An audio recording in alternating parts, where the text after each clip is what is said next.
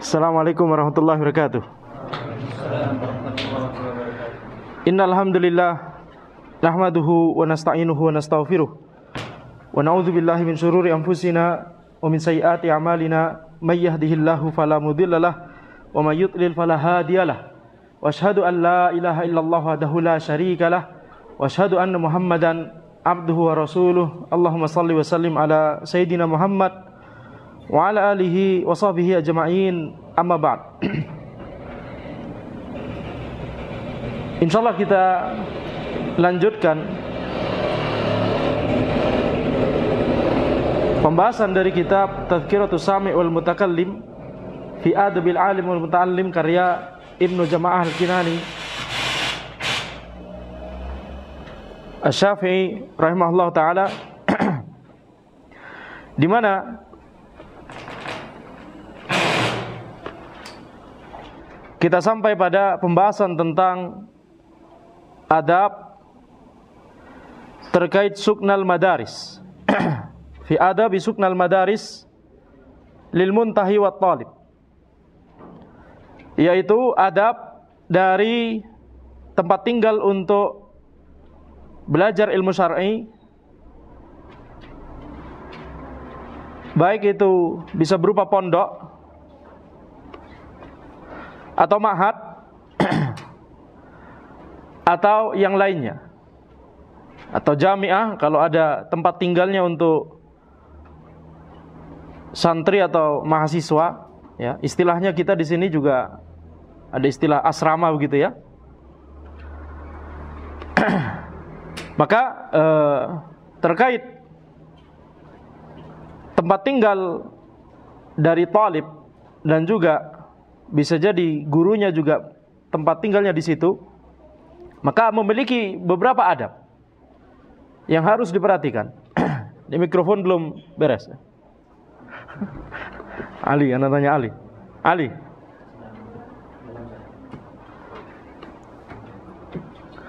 Baik, kita tunggu saja, ya. Kita mulai dari awal nanti insyaallah. Kajian tidak dimulai kalau mikrofon tidak nyala, karena khawatir tidak terdengar suaranya ke atas.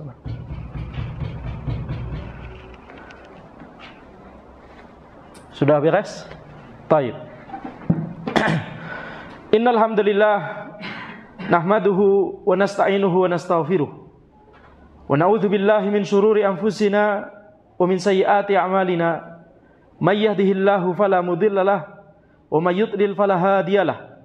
Wa asyhadu an la ilaha illallah wahdahu la syarikalah wa asyhadu anna Muhammadan abduhu wa rasuluh. Allahumma shalli wa sallim ala sayyidina Muhammad wa ala alihi wa sahbihi ajma'in, amma ba'd. Kita lanjutkan pembahasan kitab Tadhkiratus Sami' wal Mutakallim fi Adabil Alim wal Muta'allim karya Ibnu Jama'ah Al-Kinani Asy-Syafi'i rahimahullah taala, di mana kita sampai pada bab terakhir dari kitab ini, fi adabi suknal madaris lil muntahi wat talib li'annaha masakinuhum fil ghalib, yaitu bab yang kelima, bab terakhir di kitab ini tentang adab tempat tinggal dari madaris, jamak dari madrasah, jamak dari madrasah, tempat untuk belajar ilmu syar'i.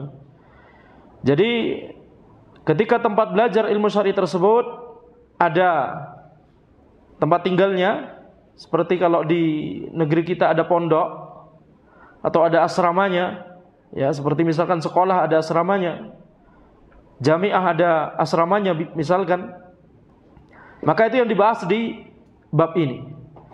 Tetapi bab ini juga mencakup, yakni adab-adab yang bisa kita gunakan untuk memilih mana pondok, mana ma'had, mana sekolah, mana jami'ah yang bisa kita yakni masukkan anak-anak kita atau diri kita sendiri, ya, belajar di situ atau kuliah di situ. Nah, adab-adab di bab ini bisa juga diterapkan ke arah sana. Kita langsung saja masuk pada bab ini. Huwa ahada asyara naw'an, ada 11 adab. Al-awwal, yang pertama, ayantahiba li nafsihi minal madaris biqadril imkani ma kana waqifuhu aqraba ilal wara' wa ab'adam 'anil bid'ah. Adab yang pertama adalah seorang penuntut ilmu harus memilih untuk dirinya sendiri dari madrasah-madrasah tersebut, pondok-pondok tersebut, sesuai dengan kemampuan maksimalnya. Dia harus memilih mana yang orang yang mewakafkannya atau pendirinya atau pembinanya begitu ya, atau orang-orang yang memiliki wewenang di situ, mana yang paling mendekati wara', memiliki sifat wara', bertakwa kepada Allah, dan mana yang paling jauh dari bid'ah. Ya, mana yang paling jauh dari bid'ah. Ini adab yang pertama.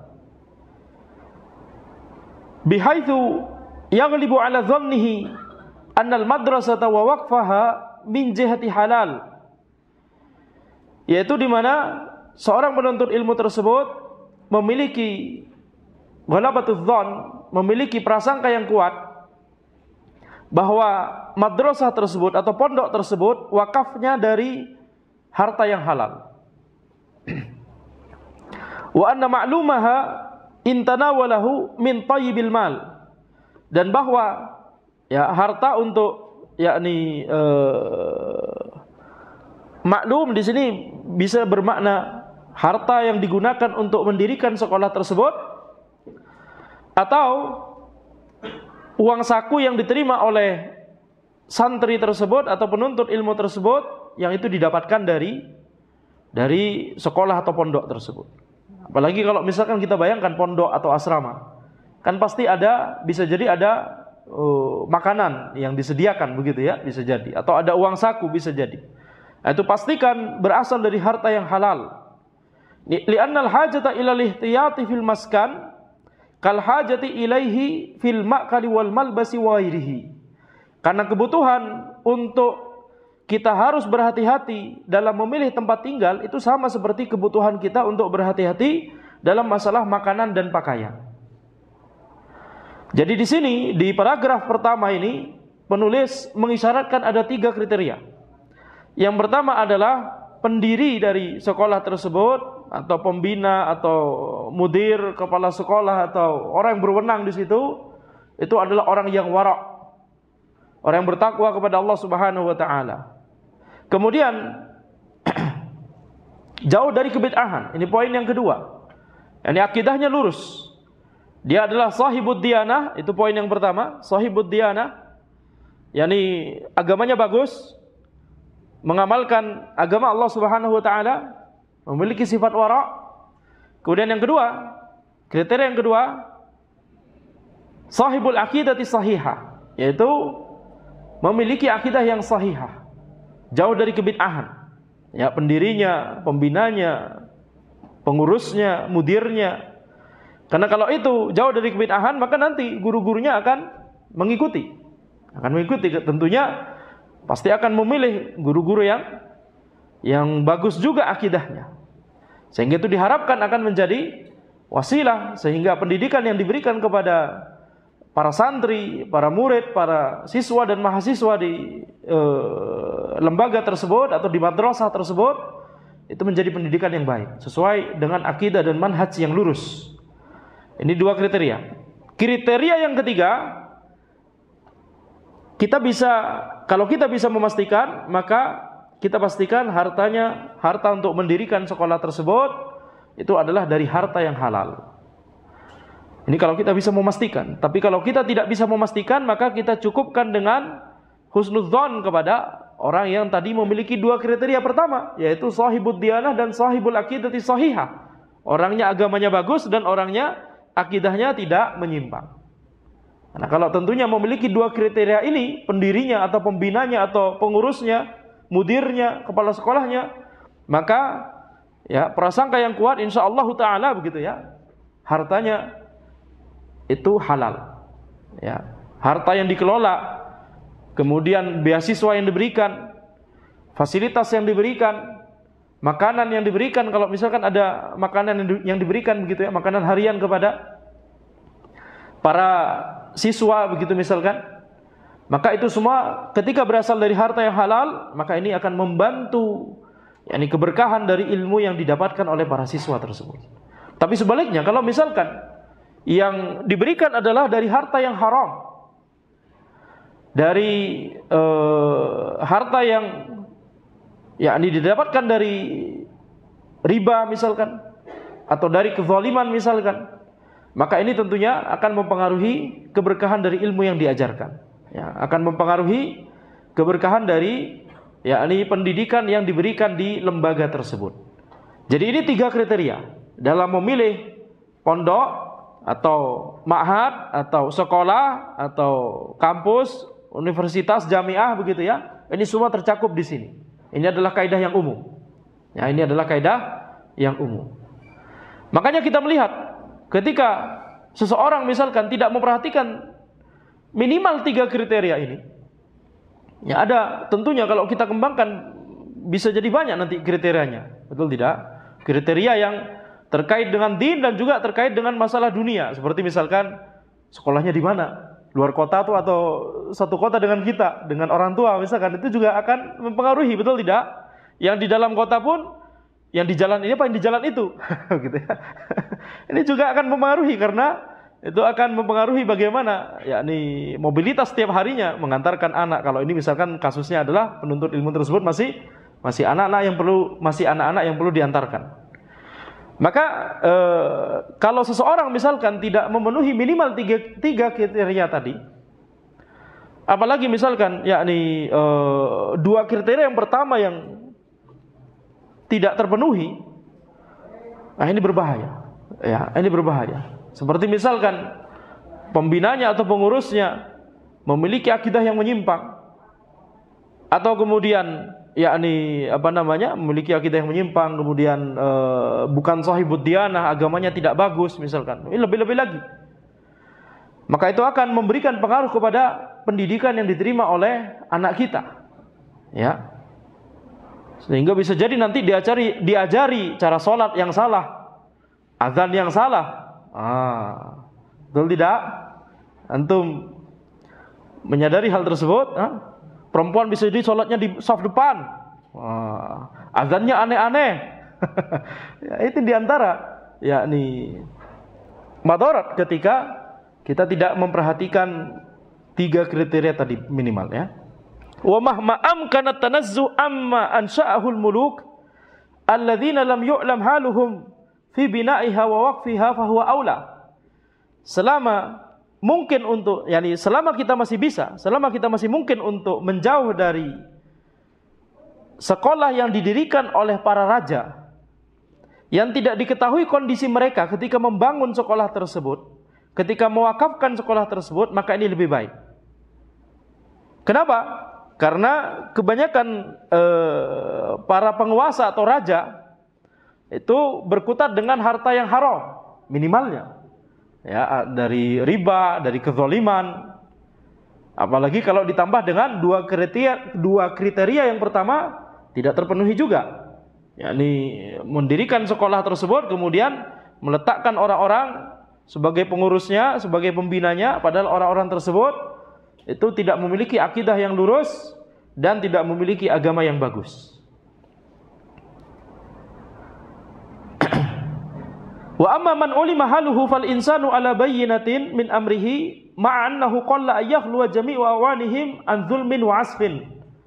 Adapun kalau diketahui kondisinya, misalkan ternyata Masya Allah ini raja tersebut atau penguasa tersebut atau pemerintah tersebut ya, benar-benar menginginkan kebaikan, kemudian mendirikan lembaga tersebut atau sekolah tersebut dari harta yang halal, kemudian memilihkan orang-orang yang memenuhi 2 kriteria yang pertama, agamanya bagus, akidahnya lurus, maka itu berarti orang tersebut ala bayyinah.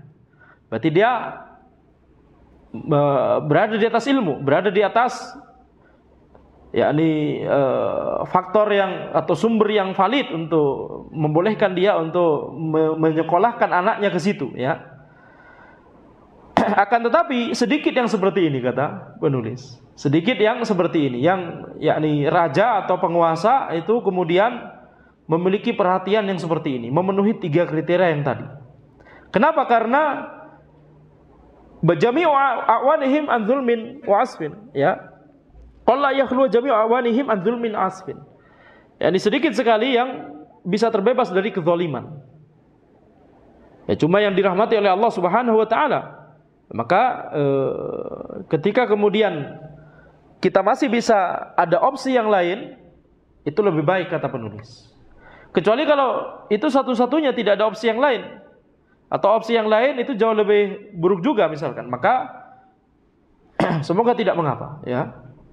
Taib, ini jadi adab yang pertama. Adab yang pertama dalam memilih tempat untuk belajar ilmu syar'i, dan juga tempat untuk belajar ilmu dunia, ini juga termasuk juga. Kalau tempat untuk belajar ilmu syar'i kita juga harus hati-hati, maka tempat belajar ilmu dunia juga harus hati-hati. Akan tapi ya ini tentunya ini dikembalikan kepada yang tadi. Apakah ada opsi lain yang lebih bagus atau sama saja semua? Maka tidak mengapa untuk masuk kepada salah satunya dan kita minimalisir ya madarat yang ada di dalamnya.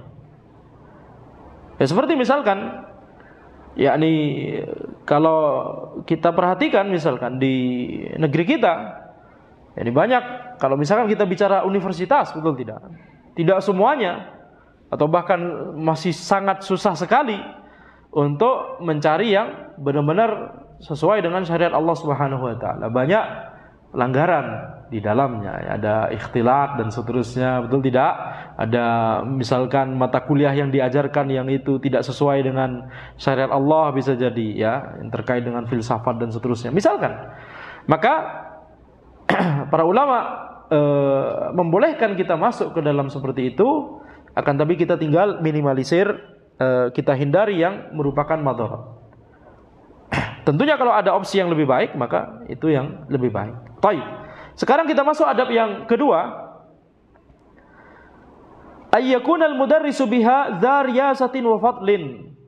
Di antara adab yang harus kita perhatikan dalam memilih sekolah, baik untuk diri kita sendiri bisa jadi atau untuk anak kita, adalah kita pastikan pengajarnya itu memiliki keutamaan. Dzar riyasatin wa fadlin, memiliki keunggulan dan keutamaan. Wa diyanatin wa aqlin, memiliki agama yang baik dan akal yang lurus. Wa mahabatin wa jalalatin, memiliki wibawa, memiliki kepribadian yang baik. Wa namusin wa adalatin, memiliki sifat-sifat yang baik. Ini kita bisa terjemahkan secara bebas demikian, ya. Adalah itu kesolehan. Adalah itu istilah yang banyak digunakan khususnya misalkan di ilmu hadis untuk mendeskripsikan perawi hadis yang memiliki kesolehan dan ketakwaan. Nah, jadi ini makna dari adalah. Wa mahabbatin fil fudala, dan memiliki kecintaan kepada orang-orang di sekitarnya. Wa atfin ala ad-du'afa, dan memiliki kasih sayang kepada orang-orang yang membutuhkan, yakni pertolongan. Du'afa di sini bisa kita terjemahkan secara bebas, orang-orang yang membutuhkan pertolongan seperti fakir miskin atau yang semacamnya. Jadi memiliki yakni adab yang baik. Kita pastikan pengajar di sekolah tersebut itu adalah orang-orang yang memang bisa menularkan kepribadian yang baik. Selain juga memiliki ilmu yang bagus, ilmu yang mungkin dalam masalah yang dia ajarkan, karena itulah tujuan kita sekolah di situ. Itulah tujuan kita menyekolahkan anak kita di situ. Yaitu supaya bisa diajarkan oleh orang-orang yang memiliki ilmu yang bagus dan akidah yang bagus dan kepribadian yang baik, keteladanan yang baik. Tentunya kalau kita bicara dalam konteks orang tua menyekolahkan anak, maka tentunya yang harus diingat adalah hukum asalnya adalah orang tua yang punya tanggung jawab yang paling besar dalam mendidik anaknya. Orang tua yang memiliki tanggung jawab yang besar, tanggung jawab yang paling utama itu ada di pundaknya orang tua. Adapun sekolah itu membantu, ya, sehingga tidak boleh bagi para orang tua untuk kemudian memasrahkan kepada sekolah misalkan, tidak kemudian yakni memantau atau mengontrol atau apa namanya melihat perkembangan anaknya, bagaimana pendidikannya, bagaimana pengetahuannya, bagaimana adabnya, dan seterusnya. Jadi orang tua harus memiliki perhatian dalam masalah ini, ya, memiliki perhatian dalam masalah ini. Yuqarribu muhassilin wa yuraghibu al-mushtaghilin wa yub'idu al-la'abin. Pengajar di sekolah tersebut itu hendaknya mendekatkan orang-orang yang memang ingin belajar, yakni cinta kepada orang yang memang ingin belajar, yuraghibu al-mushtaghilin, dan memberikan semangat kepada orang-orang yang ingin sibuk dalam menuntut ilmu syar'i atau ilmu dunia, terserah lembaganya dalam konteks apa begitu ya. Dan yub'idul la'abin, menjauhkan orang-orang yang hanya ingin main-main saja. Nah, ini konteksnya, yakni kalau misalkan ini mungkin konteksnya adalah kalau misalkan lembaga tersebut memiliki majelis yang bisa diikuti oleh semua orang, ya, bahkan walaupun tidak terdaftar di situ. Jadi yang cuma mau main-main saja, nah ini diperingatkan. Antum kalau mau main-main saja ya jangan di sini, gitu ya. Tapi kalau misalkan konteksnya adalah ini di sekolah yang itu muridnya sudah terdaftar, sudah ada, maka tentunya kalau ada murid yang sepertinya maunya cuma main-main saja, maka itu harus dinasihati dengan baik supaya berubah menjadi dua kategori yang sebelumnya, al-muhassilin, al-mushtaghilin, yaitu orang-orang yang memang ingin belajar ilmu dan orang-orang yang mau menyibukkan diri dengan ilmu. Wa yunsiful bahathin. Demikian pula guru di sekolah tersebut harus memiliki sikap yang adil kepada al-bahathin, orang-orang yang menelaah. Allahu a'lam mungkin maknanya ketika penuntut ilmu di lembaga tersebut misalkan menelaah, kemudian mendapatkan suatu pendapat gitu ya, menelaah kitab-kitab, maka gurunya harus bisa mengarahkan, harus bersikap adil kalau misalkan ternyata beda pendapat dengan beliau begitu ya. Jadi yakni mendorong untuk supaya tidak taklid buta kepada guru, akan tapi memiliki kemampuan untuk bisa mencari al-haq ya, selama itu adalah pendapat yang masalah yang istihadiyah, maka orang yang menelaah ini itu dipersilahkan. Tentunya ini berlaku dalam konteks orang yang sudah berada dalam level bisa menelaah sendiri. Karena penuntut ilmu itu bertingkat-tingkat. Tentunya kalau masih SD tentunya tidak bisa menelaah sendiri, ya. Tetapi mungkin kita bisa merangsang, kita silahkan telaah, nanti diarahkan. Tapi penelaahan ini bukan penelitian, betul tidak? Yang bisa penelitian itu kalau sudah seperti mungkin SMA, ya SMP sudah mulai bisa dilatih, SMA dan kuliah, ini yang bisa. Itu pun kalau dia standar keilmuannya sudah mencukupi sampai sana. Berapa banyak yang bahkan kuliah pun masih belum di level itu. Ya, jadi kalau misalkan para guru di sekolah tersebut memiliki sifat seperti ini bagus sekali. Ya. Harisan 'alan nafa', memiliki semangat untuk memberikan manfaat. Muwadziban 'alal ifadah, yaitu senantiasa istiqomah untuk memberikan faedah kepada para murid-muridnya.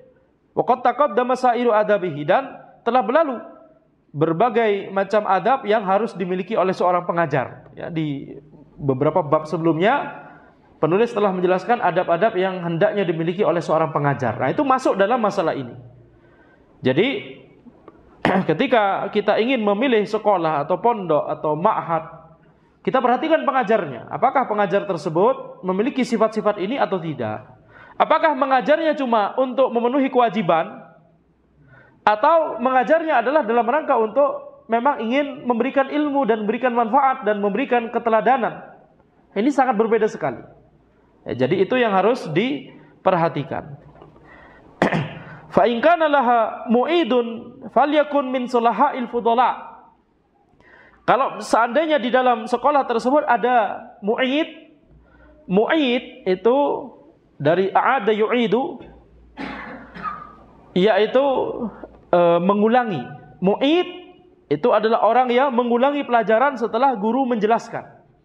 Setelah syekh atau ustadz di lembaga tersebut atau guru di sekolah tersebut mengajarkan pelajaran, maka ada mu'id yang mengulangi, yang memurojaah pelajaran tersebut. Kalau istilahnya di bahasa kita mungkin asisten, ya, asisten dosen, ya, tapi ada asisten ustadz mungkin, asisten guru, ya, asisten syekh, tutor, ya, jadi itu mungkin istilahnya. Nah, kalau misalkan ada mu'id di sekolah tersebut, falyakun min sulaha'il fudala wa fudala'is sulaha. Maka hendaknya orang yang menjadi mu'id, menjadi asisten tersebut adalah orang yang memiliki keutamaan dan juga memiliki kesolehan. Sabaru ala akhlaqit talabah, bersabar terhadap akhlaknya para penuntut ilmu.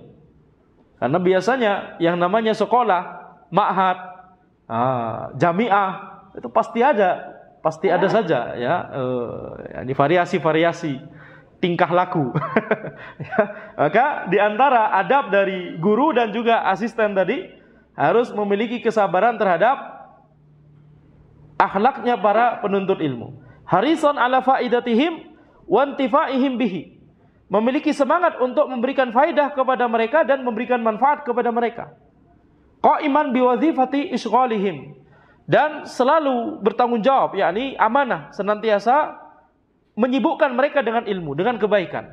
Jadi yang namanya mu'id itu bisa jadi misalkan ketika ada jadwal, kalau di pondok misalkan, ya, ada jadwal kajian atau pelajaran bersama syekh atau ustadz, misalkan ba'dal fajar sampai jam 7, misalkan setengah 7, kemudian sarapan, mandi dan seterusnya. Kemudian setelah itu jadwalnya asisten mengulangi apa yang diajarkan tadi.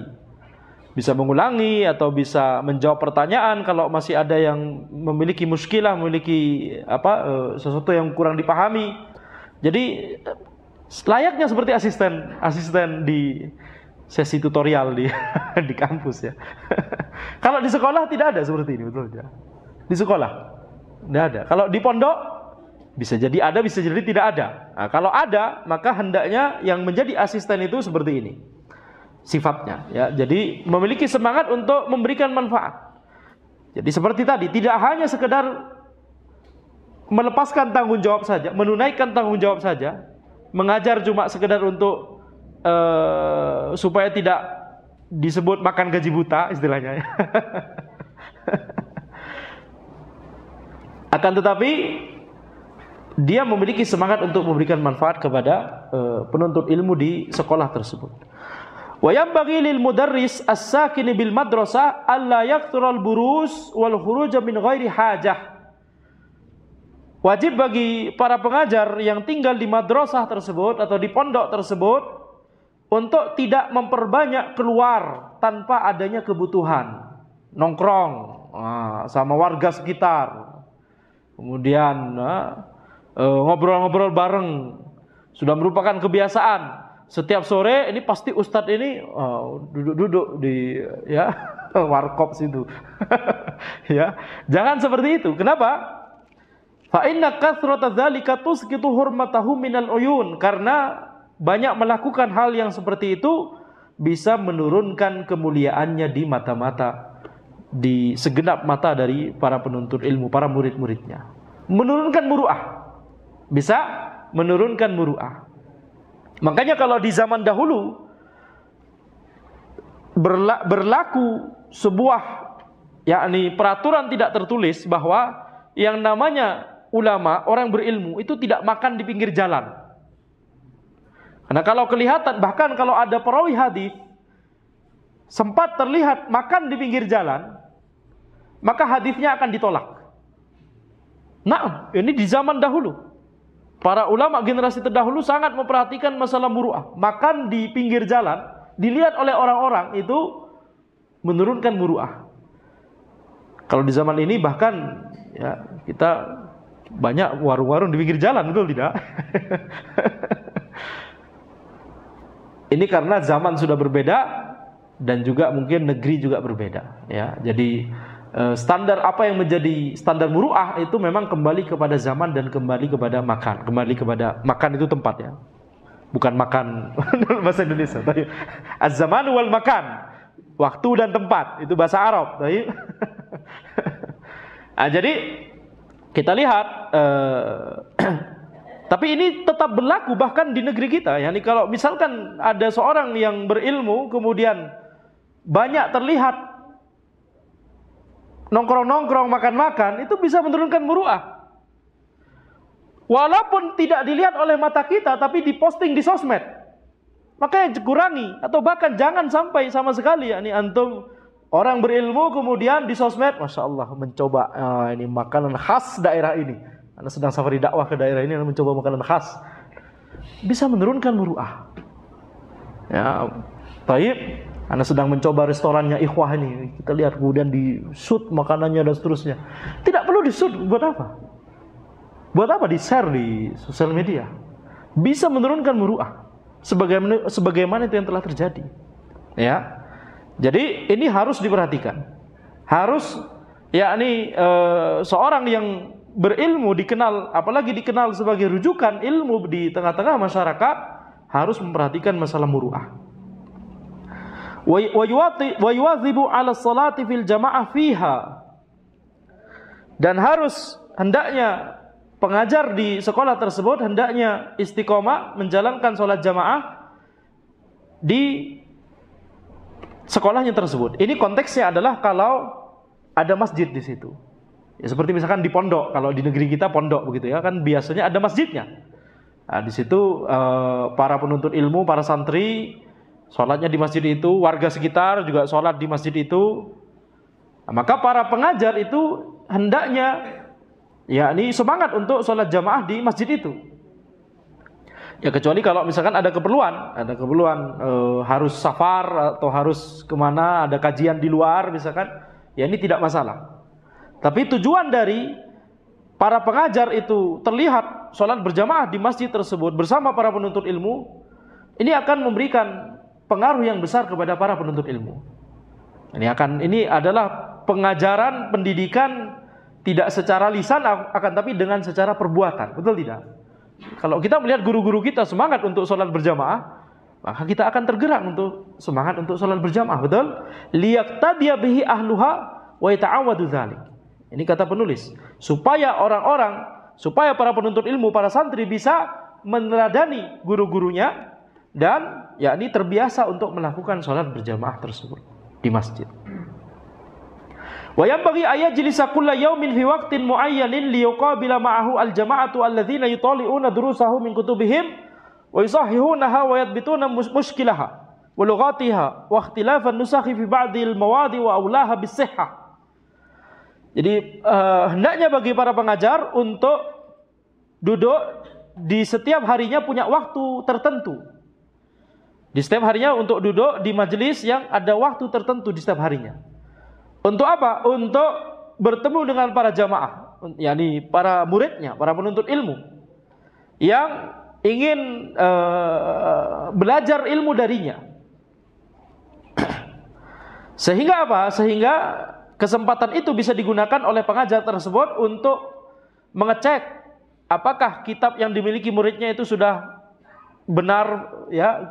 Di bab sebelumnya kita sudah bahas, di pertemuan sebelumnya kita harus mengecek kesohihan dan keabsahan kitab, jangan sampai ada salah ketik atau salah apa begitu ya. Apalagi di zaman dahulu yang itu semuanya dalam bentuk semacam manuskrip, betul tidak? Nah, jadi seorang pengajar itu harus juga memastikan ada waktu khusus di mana beliau menyisakan waktunya atau menyediakan waktunya untuk mengecek apakah kitab yang dimiliki oleh murid-muridnya itu sudah benar atau tidak. Kemudian apakah ada masalah, yakni ada masalah yang belum dipahami dari kitab tersebut, misalkan ada bahasa yang mungkin ada salah di situ, nah itu dibahas di majelis tersebut. Apakah ada perbedaan naskah? Ya, karena bisa jadi ada perbedaan naskah karena ada beberapa manuskrip, ada beberapa versi. Terkadang ada satu kata yang muncul di versi manuskrip yang satu, tapi tidak muncul di versi manuskrip yang lain. Nah, ini kemudian dijelaskan oleh guru tersebut.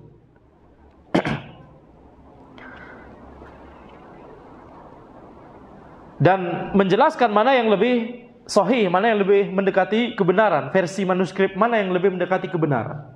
liyakunu fi mutala'atiha ala yakin, sehingga para penuntut ilmu, para murid-murid tersebut itu bisa menelaah kitabnya dengan yakin. Yakin ini sudah benar sesuai dengan yang ditulis oleh penulis aslinya. Fala yadhi'u fikruhum wa yat'abu bisyakki fiha sirruhum, sehingga pikiran mereka itu tidak kemudian tercerai-berai ya gara-gara salah baca kitab atau kitabnya memang salah begitu ya. Dan juga tidak membuat mereka akhirnya jadi ragu-ragu ya. Batin mereka, hati mereka jadi ragu-ragu. Kalau misalkan ada salah, ternyata kemudian ada salah kata saja itu bisa mengakibatkan perbedaan pemahaman sehingga menyebabkan ada keraguan begitu ya, kok begini ya, padahal kitabnya yang salah. Nah, ini bisa memberikan madarat kepada murid tersebut. Maka ada majelis, kata penulis ya, ada majelis yang secara rutin diadakan oleh guru untuk kemudian mengoreksi atau membenarkan kitab yang ada di murid-muridnya. Ya ini bisa kita sesuaikan, tidak harus setiap hari, bisa jadi ya.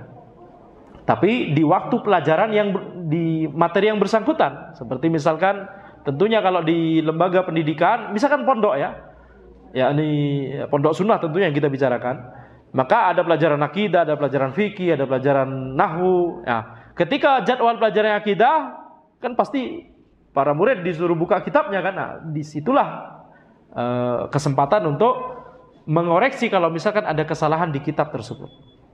Wa yanbaghi lil mu'idi bil madrasati ay yuqaddima isqala ahliha ala ghairihim fil waqtil mu'tadi aw al masyruti in kana yatanawalu ma'lumal i'adah. Nah, sekarang kita balik kepada al mu'id, kepada asisten tadi. Kalau asisten tersebut ada asistennya begitu ya, maka hendaknya asisten tersebut menyibukkan dirinya atau memprioritaskan waktunya kepada murid-murid di lembaga tersebut ya. Itu yang diprioritaskan daripada yang bukan dari lembaga tersebut. Ini tadi yang kita bahas, karena bisa jadi orang luar itu bisa ikut belajar juga ya, tapi mungkin tidak bisa mendapatkan fasilitas yang lain-lain yang itu khusus untuk santri misalkan gitu ya, nggak ada makan siangnya gitu ya, tapi bisa ikut pelajarannya. Bisa jadi tidak ada sertifikatnya atau ijazahnya, tapi bisa mengikuti ilmunya. Nah, kalau ada yang seperti itu, nah ini juga isyarat bahwa silakan, itu bisa dibuka. Orang luar bisa mengikuti. Ya, silakan. Jadi jangan kemudian menghalangi orang yang ingin belajar, tetapi bisa jadi ada keterbatasan ya, tidak memiliki uang untuk bayar sekolahnya dan seterusnya, tapi ingin belajar, itu dipersilahkan. Ini kata secara tersirat dari perkataan penulis. Di zaman dahulu demikian. Ya. Dan kita melihat berapa banyak orang yang menjadi ulama karena begitu. Bukan melalui jalur yang resmi murid tapi menjadi murid mustami. Nah, istilahnya mustami, cuma dengar saja, ikut duduk. Kalau istilahnya kalau di negeri kita juga ada istilah, itu dari negeri barat sih istilahnya, sit in. Paham antum sekarang? Baik, ya. Jadi ketika ada asisten yang kemudian tidak bisa melayani semua pertanyaan semua orang gitu ya dalam waktu yang terbatas tersebut, maka dia harus prioritaskan yang memang santri di lembaga tersebut ya, di waktu yang memang sudah dijadwalkan. Tapi kalau misalkan asisten tersebut mau menambah waktu di luar dari waktu yang dijadwalkan sehingga bisa menjawab semua pertanyaan, ini lebih bagus. Fil waqtil mu'tad awil masrut. Demikian pula kalau misalkan ada syarat yang diberikan oleh yang mewakafkan, seperti misalkan yang mewakafkan itu punya syarat, punya ketentuan, ini asistennya harus ada jadwal tiap subuh, tiap ba'da asar, sama ba'da isya misalkan. Ada 3 jadwal asistensi, gitu ya, tutorial. Maka itu berarti yang disyaratkan oleh oleh pewakaf, atau yang semacamnya, oleh pembina atau mudir misalkan begitu ya. Maka di waktu-waktu tersebut yang diprioritaskan adalah yang memang terdaftar di situ. Itu yang pertama kali, karena merekalah yang lebih berhak. Tapi kalau misalkan pertanyaan sudah habis dari yang mahasiswa yang terdaftar atau santri yang terdaftar, Sementara waktu masih ada, silahkan menjawab pertanyaan-pertanyaan dari yang tidak terdaftar, yang sit in tadi. Ini dalam rangka apa? Ini dalam rangka amanah tentunya ya. Ini dalam rangka amanah, menjaga supaya amanah tercapai, yakni supaya terpenuhi. Karena itulah yang diamanahkan. In kana yatanawalu ma'lumal i'adah. Ini kondisinya seperti ini kalau memang mu'id tersebut, asisten tersebut itu mendapatkan ma'lumal i'adah, mendapatkan mukafaah. Maklum di sini maksudnya makdur, yakni sesuatu besaran yang sudah ditetapkan untuk dia, yakni mukafaah. Mukafaah karena adanya asistensi tersebut. Berbeda kalau misalkan ini tidak ada mukafaahnya, yakni ini sukarela. Seperti misalkan ini asistennya tersebut adalah senior misalkan. Dia mengadakan secara sukarela. Maka tidak masalah kalau dia jawab yang ini dulu, yang itu dulu, tidak masalah. Kenapa? Karena ini sukarela, ya. Tapi kalau misalkan itu, yakni ada waktu khusus, apalagi ada mukafaah, maka hendaknya itu diprioritaskan yang memang santri di situ. Taib, ini sudah azan mungkin ya. Jadi kita azan terlebih dahulu, kita lanjutkan sedikit setelah azan insyaallah taala.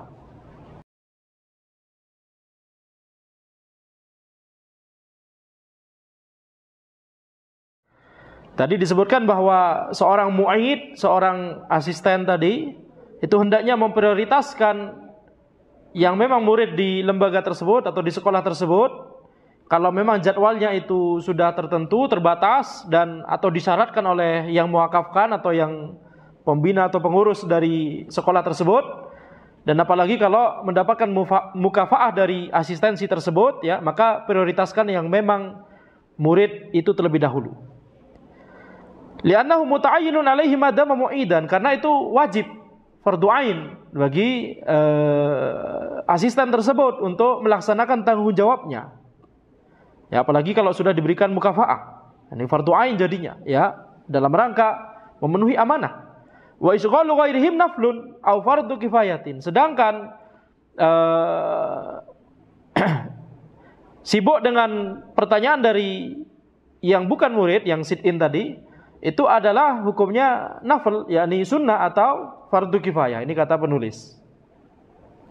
Ya, sunnah atau fardu kifayah. Sedangkan yang tadi yang sibuk dengan memang murid di sekolah tersebut itu adalah fardu ain.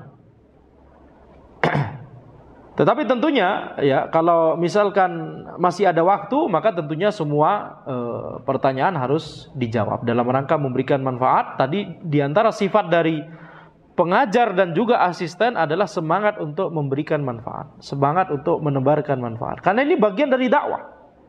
Berapa banyak, yakni orang-orang yang mendapatkan kebaikan, memiliki ilmu yang sahih, walaupun nanti outputnya setelah lulus misalkan tidak menjadi dai atau ustadz atau ulama, ya, tetapi ada athar, ada bekas yang baik yang ditimbulkan oleh sekolah tempat dia belajar sebelumnya, ya. Di situ dia bisa belajar akidah yang lurus, dia bisa belajar cara beramal ibadah yang benar sesuai dengan sunnah Nabi Muhammad SAW. Dia juga bisa belajar bahasa Arab bisa jadi, dan bisa jadi ilmu dunia juga, ya. Jadi manfaatnya banyak. Maka ini bagian dari dakwah.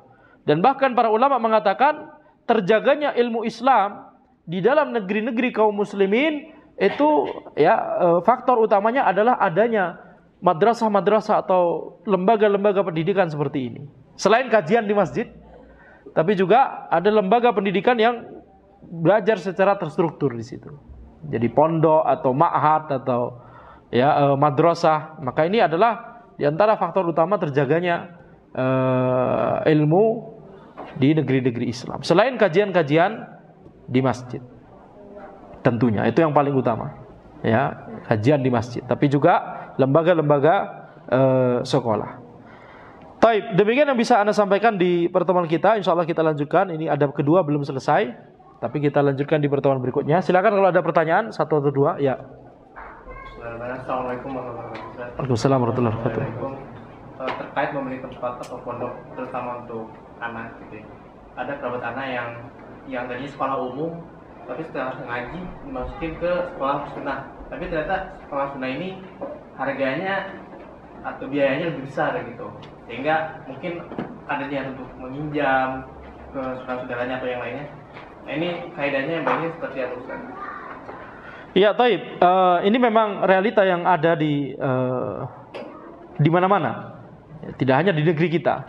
Yaitu sekolah sunnah biayanya lebih mahal, betul tidak? Taib. Tentunya ini pertimbangannya masuk kepada maslahat madarat. Pertimbangannya masuk kepada maslahat madarat. Kalau misalkan tidak ada opsi lain, yang ada cuma opsi sekolah yang sunnah yang tapi jadinya lebih mahal. Ini ketika dibandingkan dengan opsi yang lain yang kemudian itu misalkan tidak ada, yakni akidah misalkan tidak terjamin begitu ya, pengajarnya bagaimana, akidahnya, manhajnya dan seterusnya, maka tentunya ana lebih cenderung pada tentunya yang sekolah sunnah. Kita tidak bisa yakni terlalu berani menyekolahkan anak kita kemudian kita memasrahkannya kepada para pengajar yang akidahnya kita tidak mengetahui bagaimana begitu ya. Akan tapi bagaimana kalau misalkan terkendala dengan biaya, maka ini tentunya bisa dibicarakan dengan sekolah tersebut, bisa jadi meminta keringanan kalau misalkan dibutuhkan begitu ya, atau yakni adanya solusi-solusi lain. Nah, solusi lain ini tentunya ini yang juga harus dipikirkan secara oleh kaum muslimin yang sudah, terutama yang sudah mengaji. Harus ada solusi bagi yakni orang tua yang mungkin tidak bisa membayarkan atau kurang mampu begitu ya, membayarkan biaya sekolah anaknya. Maka ini harus dibicarakan yakni bisa jadi kalau misalkan ada yang mau ke arah sana mendirikan lembaga yang kemudian itu tujuannya adalah untuk memang kebaikan ya, semacam yayasan yang membantu begitu ya. Jadi mengumpulkan donasi dari para muhsinin, kemudian donasi tersebut memang diberikan secara amanah kepada misalkan orang tua yang kurang mampu untuk menyekolahkan anaknya di sekolah yang akidahnya terjaga begitu ya. Ini harus dipikirkan bersama, tidak hanya ini PR, ini bisa jadi merupakan fardu kifayah yang kalau misalkan itu tidak dipikirkan, orang terlena, maka bisa jadi kita semua berdosa. Karena berapa banyak orang yang akhirnya menyekolahkan ke sekolah yang tidak terjaga akidahnya, manhajnya dari pengajarnya begitu ya. Ini tentunya madarat, dan kaum muslimin itu satu tubuh. Ya, jadi kalau satu bagian merasa sakit, maka bagian yang lain akan juga merasakan sakit. Jadi ini yang harus dipikirkan bersama. Jadi tadi itu jawaban anak, insyaallah semoga diberikan solusi atas kendala tersebut. Terakhir, ini pertanyaan terakhir. Bismillah, assalamualaikum warahmatullahi wabarakatuh. Waalaikumsalam warahmatullahi wabarakatuh.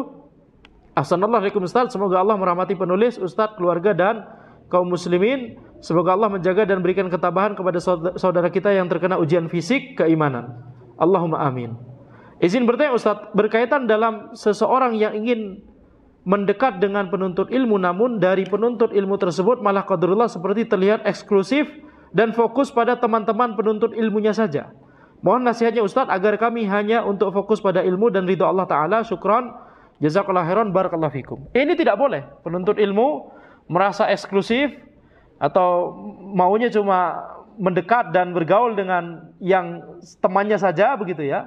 Jadi di majelis, di masjid, di kajian seperti ini kita harus menebarkan salam dan senyum ya kepada yakni jamaah yang lain walaupun itu tidak kita kenal. Bukankah di antara syariat Islam adalah menebarkan salam bahkan walaupun kepada orang yang tidak kita kenal.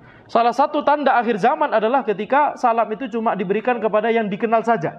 Maka penuntut ilmu tidak boleh kemudian menjadi orang terdepan yang menjadi yakni realita dari akhir zaman ini ya. Tidak boleh. Jadi penuntut ilmu harus semangat untuk menebarkan salam dan senyum kepada jamaah yang lain walaupun dia tidak kenal, walaupun tidak dia kenal, walaupun zahirnya bisa jadi misal ini pertanyaan dari akhwat, misalkan ada yang jamaah di kajian, misalkan akhwat belum pakai hijab misalkan, tapi duduk juga di kajian, khalas di salam insyaallah, disapa dan seterusnya ya, kalau bisa kenalan dan seterusnya. Jadi minimal salam dan senyum ya, dan sapa.